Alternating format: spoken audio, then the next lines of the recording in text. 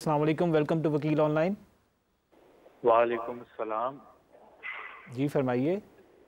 جی میں اشفاق بات کر رہا ہوں راول پنڈی سے۔ جی اچھا، مجھے ایک چیز میں گائیڈنس چاہیے کہ میرے 3 بیٹے ہیں اور میرے پاس جو ہے نا ٹوٹل 3 گھر ہیں جس میں ہم رہتے ہیں، ایک میرے پاس پلاٹ ہے اور ایک میرے پاس تیار شدہ گھر ہے۔ ٹھیک۔ تو لیکن جو کچھ ذاتی وجوہات کی وجہ سے مطلب میرے جو 3 بیٹوں میں سے جو میرا درمیانہ بیٹا ہے وہ میرے کلوز ہے اور جو میرا خیال کرتا ہے، میں چاہتا ہوں کہ جس کو یہ چیزیں ملیں میرے جانے کے بعد، تو کیا یہ قانونی طور پہ ممکن ہے کہ وہ میں اپنی زندگی میں جانے سے پہلے صرف اس بیٹے کے نام سب کچھ کر کے جاؤں، یا میرے جانے کے بعد اس کو کوئی مسئلہ نہ ہو اگر میں اس کے نام کر دوں تو وہ قانونی طور پہ اس کو کل کو تنگ نہ کریں وہ باقی دونوں؟ جی صحیح، میں آپ کا سوال سمجھ میں آ گیا، ہم آپ کو اس کا جواب دیتے ہیں۔ جی زہیب صاحب۔ دیکھیں، اس میں سب سے پہلی بات یہ ہے کہ جو وراثت ہے نا وہ مرنے کے بعد ہے، زندگی میں وراثت نہیں ہے کسی کی۔ ہمارے یہاں پہ ایک بڑا کنسیپٹ چلتا ہے کہ باپ سے حصہ مانگ لینا، ایون کہ بعض دفعہ جو بیٹی ہوتی ہے وہ بھی اپنے سسرال کے پریشر میں آ کے باپ سے حصہ مانگ لیتے ہیں۔ انتہائی غلط اقدام ہے۔ قانون میں اور شریعت میں اس کی کوئی گنجائش نہیں ہے۔ جو مال جس کا ہے وہ اپنی آزاد رضامندی سے کسی کو بھی گفٹ کر سکتا ہے، اور یہ حق تبھی پیدا ہوگا جب باپ دنیا سے، جو وراثت ہے وہ باپ کے جانے کے بعد ہوگی، اور جو اپنی زندگی میں باپ کسی کے نام پہ لگوانا چاہے لگوا سکتا ہے۔ تیسری یہاں پہ جو امپورٹنٹ بات آتی ہے وہ آتی ہے ول کی، جو انہوں نے بات کی یہاں پہ کہ میرے جانے کے بعد میں اگر ول کر دوں اس طرح سے، تو جہاں تک ول کا قانون ہے اس میں یہ ہے کہ 1/3 کر سکتا ہے، 1/3 سے زیادہ نہیں۔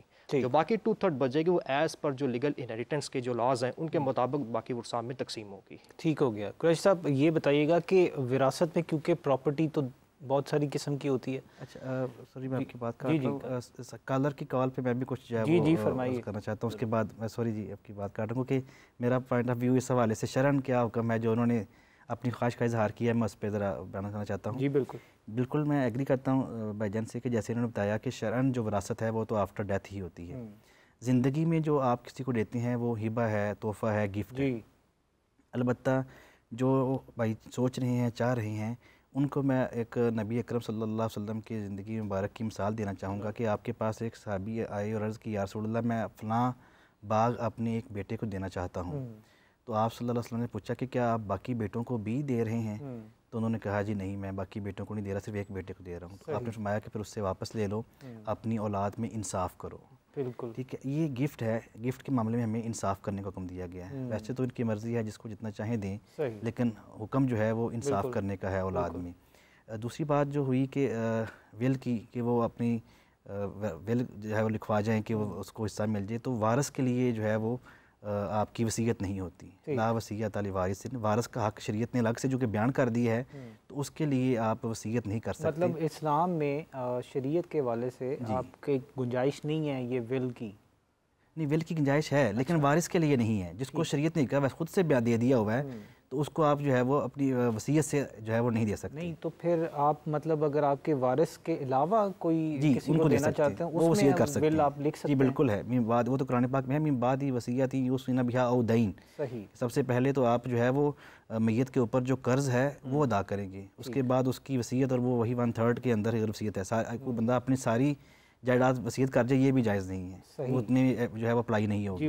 ٹھیک ہے، تو وہ اس کی وصیت ہے وہ 1/3 میں ہے تو وہ اپلائی ہوگی۔ اس کے بعد جو بچے گا پھر وہ اس کو اس کے ورثاء میں ایز پر شرعی جو تقسیم ہے اس کو تقسیم کیا جائے گا۔ ٹھیک ہو گیا مفتی صاحب۔ لیکن جو ہمارا پاکستان کا لا ہے اس میں کوئی اس میں تفریق نہیں ہے کہ وہ اپنے وارثان جو اس کے لیگل ایئرز ہیں ان کے حق میں جو ہے وہ وصیت نہیں کر سکتا یا ان کے نام ہبہ نہیں کر سکتا، ایسی کوئی قدغن نہیں لگائی جو ہمارا قانون ہے۔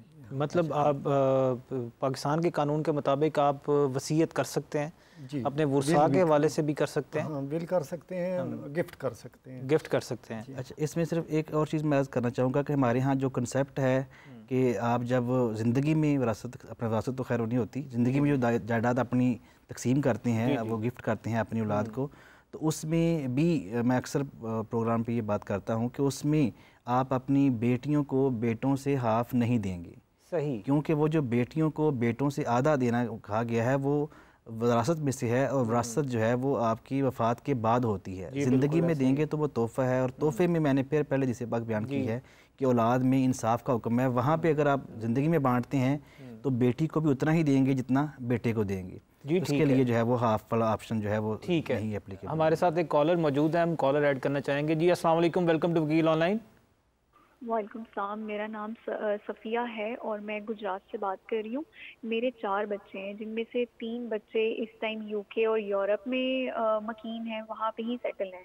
یہاں پر میری ایک بیٹی ہے جو میرا کافی زیادہ خیال بھی رکھتی ہے اور میں اس کے ساتھ اٹیچ بھی ہوں، باہر بھی نہیں میں جانا چاہتی. اب جو میں نے بات کی تھی اپنے سارے بچوں سے کہ میں اپنا جائیداد جتنی بھی جائیداد ہے اس ایک بیٹی کے حوالے کرنا چاہتی ہوں مرنے کے بعد، لیکن یہ بات کرنے کے بعد جو باقی 3 میرے بچے ہیں وہ اوفینڈ ہوئے اور اس کے بعد انہوں نے کہا کہ آپ ہمیں بھی حصہ دیں ورنہ پھر ہم عدالت کے تھرو آپ سے حصہ لیں گے. تو مجھے بتائیں کہ میں اس ٹائم کیا کروں، میرے لیے کیا قانون ہے، کیا میں اپنی مرضی کر سکتی ہوں یا پھر مجھے عدالتی فیصلے کا انتظار کرنا پڑے گا؟ جی ٹھیک ہے، زہیب صاحب کیا کہنا؟ جی بالکل بات وہی ہے کہ ایز پر لا جو ہے یہ اپنا حصہ جتنی ان کے پاس جائیداد ہے اپنی اس بیٹی کو گفٹ کر سکتے ہیں، ہبہ کر سکتی ہیں، کوئی ان پہ انگلی نہیں اٹھا سکتا ہے.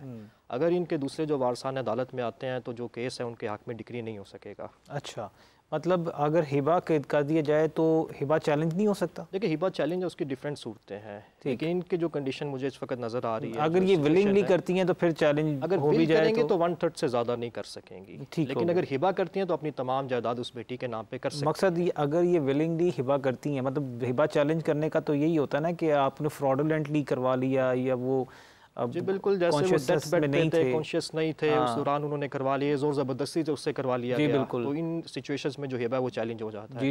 لیکن اگر یہ بالکل ٹھیک ہے اپنی آزاد، کیونکہ دیکھیں عدالت میں جب انہوں نے جانا ہے یا آپ ہبہ کرنا ہے تو ظاہری بات ہے وہاں اس کا ایک پروسیجر ہے، اس میں دونوں پارٹیز کو جانا پڑتا ہے سب رجسٹرار کے آفس میں، وہاں پہ جا کے باقاعدہ طور پر ان کے سگنیچرز ہوتے ہیں، اور اگر تو کیا کہتے ہیں یہ ہماری جو سوسائٹیز آج کل آئی ہیں وہاں پہ باقاعدہ تصاویر بھی کھینچی جاتی ہیں، مطلب جب پراپرٹی ایک سے دوسرے کے نام پہ ٹرانسفر کرتے ہیں. جی ٹھیک ہے، ہبہ میں بھی پراپرٹی جو ہے اس کے right same as it is transfer ہوں گے جیسے دوسرے سچویشنز میں سیل کی سچویشن میں ٹرانسفر ہوتے ہیں. جی ٹھیک، تو ہبہ ہو سکتا ہے، اپنی بیٹی کو ہبہ کر سکتی ہیں، کوئی ان کی اپنی مرضی ہے، اپنے باقی بچوں کو دیں یا نہ دیں.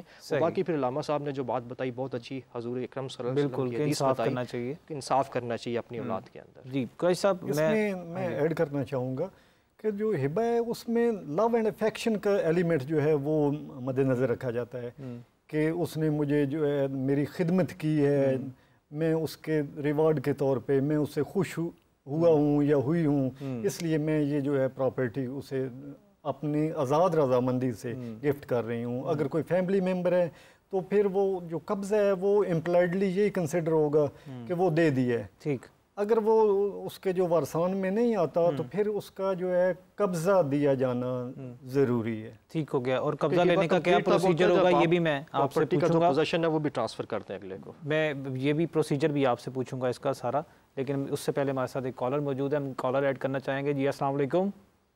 وعلیکم السلام، منتہا بات کر رہی ہوں لاہور سے. جی جی فرمائیے. جی میرے 4 بچے ہیں اور میں نے اپنے بچوں میں جو میری پراپرٹی تھی وہ میں نے ایکولی ڈیوائڈ کرنی تھی، لیکن میرے ایک بیٹے نے نا دھوکے سے ساری پراپرٹی اپنے نام کروا لی ہے، تو میں اس سلسلے میں کیا کر سکتی ہوں؟ اچھا جی، مطلب کہ اگر فراڈولنٹلی ان کے بیٹے نے کوئی ڈاکومنٹیشن بنا کر اپنے نام وہ پراپرٹی کروا لی ہے تو اس کے لیے ان کے پاس کیا ریمیڈی ہے؟ اس میں دونوں ریمیڈیز اویلیبل ہیں. اگر اس نے فراڈولنٹ کوئی ٹرانسفر کی ہے تو اس کے خلاف فوجداری کارروائی بھی ہو سکتی ہے، FIR ہو سکتی ہے.